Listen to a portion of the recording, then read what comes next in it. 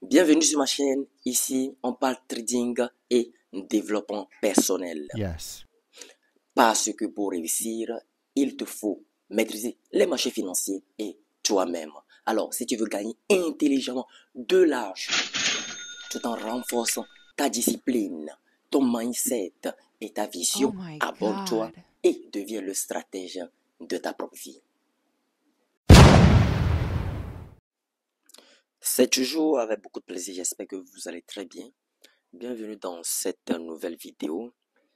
Alors, juste avant de rentrer dans le vif du sujet, assurez-vous de faire le tour dans la description de mes vidéos. Vous y trouverez plein d'informations que j'ai écrites là-bas. Oui, vous y trouverez plein de choses, voilà, qui vont certainement vous apporter une valeur donnée. Aujourd'hui, nous allons poursuivre avec nos analyses techniques avant de vous présenter une nouvelle opportunité que j'ai décelée sur les marchés financiers dans cette vidéo. Je me dois de parler un peu de ces opportunités que nous avions vues, désolé, dans la semaine précédente. Il s'agit de l'opportunité du dollar américain face au yen japonais. Je m'étais positionné sur cette opportunité. Il s'agissait de swing trading, comme vous pouvez le remarquer.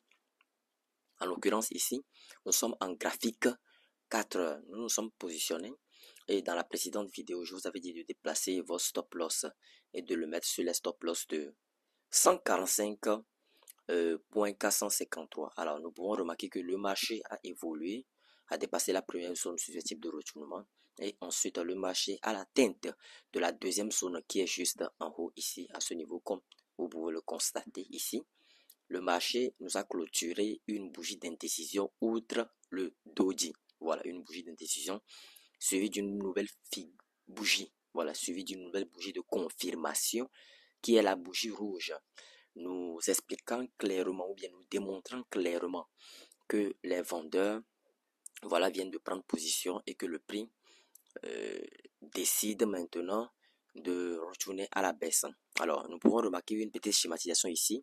Ici à ce niveau, voilà, il s'agit d'un double creux. Si nous descendons les time frames et que nous allons peut-être en graphique 1, vous allez remarquer que à l'approche de la deuxième zone ici à ce niveau, le marché nous a dessiné un petit retournement de marché, ce qui a fait chavirer le marché jusqu'à ce niveau. Donc voilà, vous l'avez compris.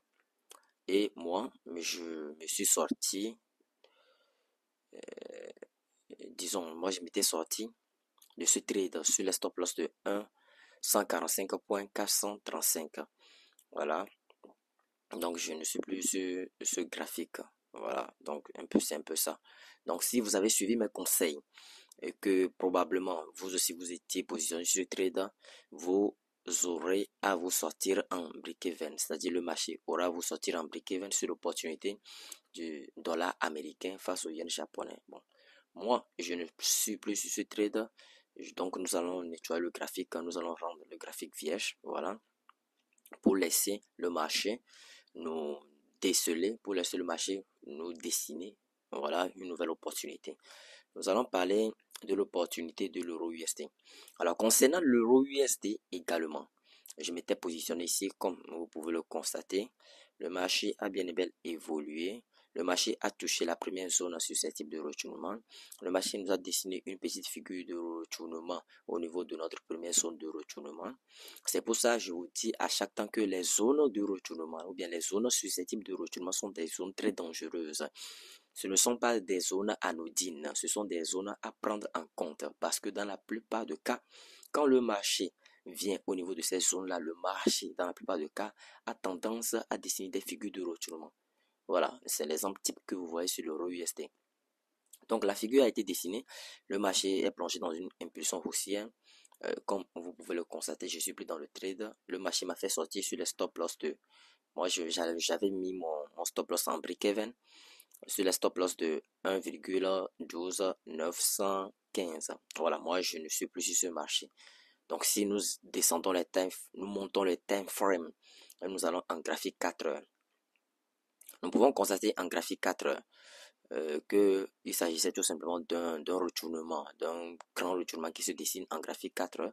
Voilà, le marché a heurté la zone ici susceptible de retournement, nous a dessiné un grand double creux. Voilà, et ça c'est une figure de retournement à la hausse. Voilà, ça c'est ce qui est en train de se dessiner sur l'euro USD.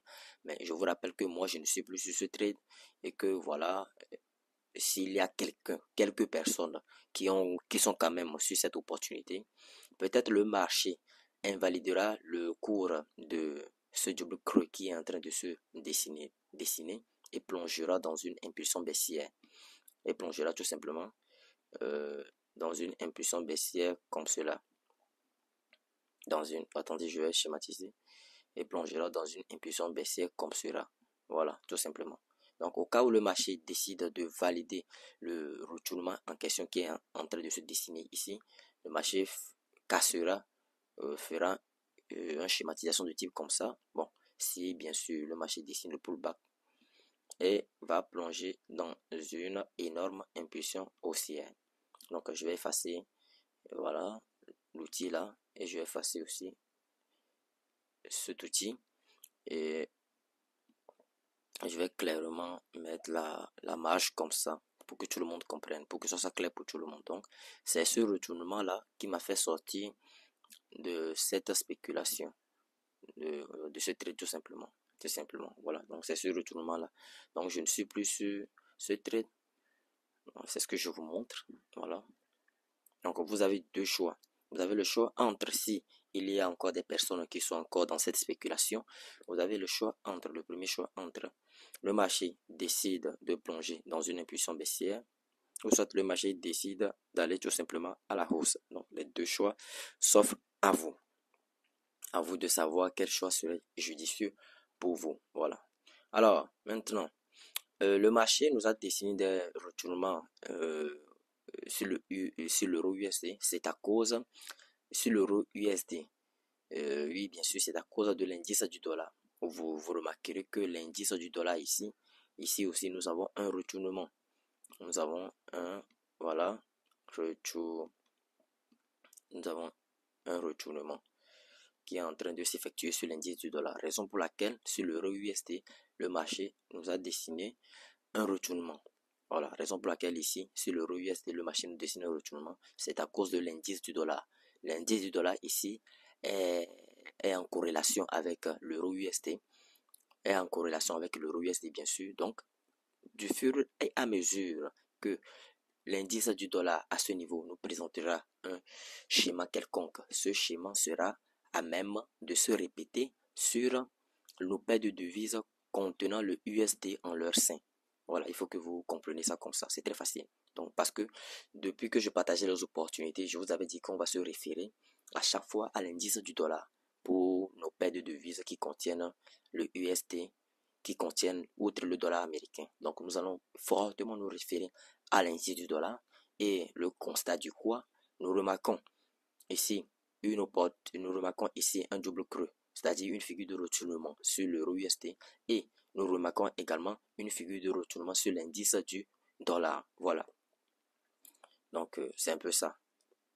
Alors, donc, si vous n'avez pas fait cette analyse sur l'indice du dollar, moi, je vous convie tout simplement à le faire parce que ça va énormément vous aider et ça va éclairer vos décisions sur les marchés financiers concernant les paires de devises telles que Euro USD, USD-JPY, USD-CAD, etc., etc. Voilà. Alors, avant de terminer ma vidéo, je vais vous partager une opportunité. Et je vous partage cette opportunité en graphique 1. D'abord, je descends en graphique 1 si vous le permettez. Maintenant, je vous partage cette opportunité. J'espère que cette opportunité sera profitable à tout le monde. Alors, comme vous pouvez le constater, il s'agit de l'opportunité du USD CAD, le dollar américain toujours face au dollar canadien. Et nous sommes ici devant un beau canal haussier. C'est ce qu'on appelle le canal haussier puisque selon la théorie de dos, nous avons d'un point haut de plus en plus haut. Et ici, nous avons un triple creux, un premier creux, un deuxième creux, un troisième creux. Ici, c'est une figure de retournement à la baisse. Vous l'aurez compris, ceux qui sont de la première école, vous allez vous positionner à la cassure de clôture de bougie. Ceux qui sont de la deuxième école, vous vous positionnerez tout simplement au pullback. Donc le pullback serait quelque chose comme ça. Attendez, je vais vous schématiser le pullback. d'abord vous avez la cassure, nous avons un retest qui vient confirmer la zone autrefois support et maintenant une nouvelle clôture de bougie qui nous indique clairement que le marché, voilà, est prêt à aller vers la baisse. Donc ça, c'est l'image d'un pullback. Bien sûr qu'il y a plusieurs sortes de pullback. Il y a 3 formes de pullback. Et je pense que dans les prochaines vidéos, je vous montrerai les 3 types de pullback. Mais pour l'heure, ce que le marché a tendance à plus ou moins dessiner à chaque temps et ce qui revient à chaque temps sur le marché financier, c'est cette forme de pullback. Alors, donc, pour cette opportunité, comme vous le savez, nous devons avoir un risque ratio de minimum 2.5 pour chacune de nos opportunités de swing trading. Le take profit final se situant ici à ce niveau.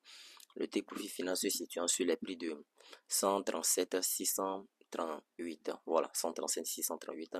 Et si j'ai deux zooms, vous devez faire également attention à ces deux zones susceptibles de retournement. Donc, nous avons une première zone ici, marquée par de forts impacts en tant que support, et ici en tant que résistance, ici en tant que support. Donc, vous l'aurez compris, ce sont des zones à prendre en compte. Voilà, ce ne sont pas des zones anodines, ce sont des zones de retournement.